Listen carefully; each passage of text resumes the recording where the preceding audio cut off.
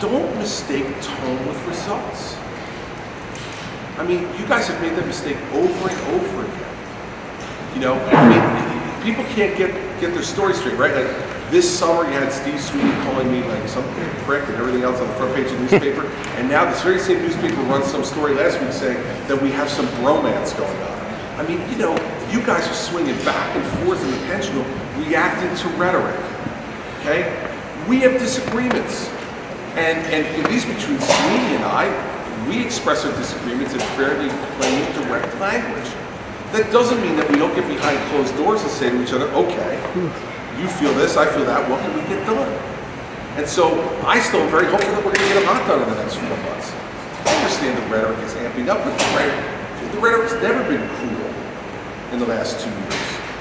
And so, again, if I decide to go into a corner, I go in the fetal position, every time one of them calls me a name, I live there permanently. I mean, my job is to understand they've got things they feel like they need to say publicly.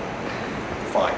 Say what you're going to say, but what I care about the most is what gets said when we get behind closed doors, and then what results we get when we come out from behind those closed doors and what we can get done.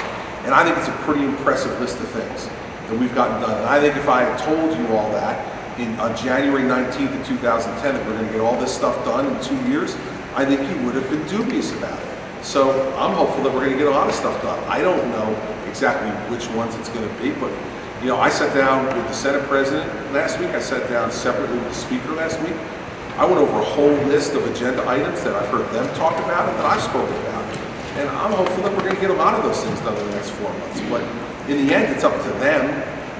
They move or don't move certain things. I'm going to be there to be a full partner and to try to, through my public dialogue, encourage that we get things done and we just don't talk about them. So again, I caution everybody, don't mistake tone with results. In the end, we have found a way, 3 of us, to come together and get things done.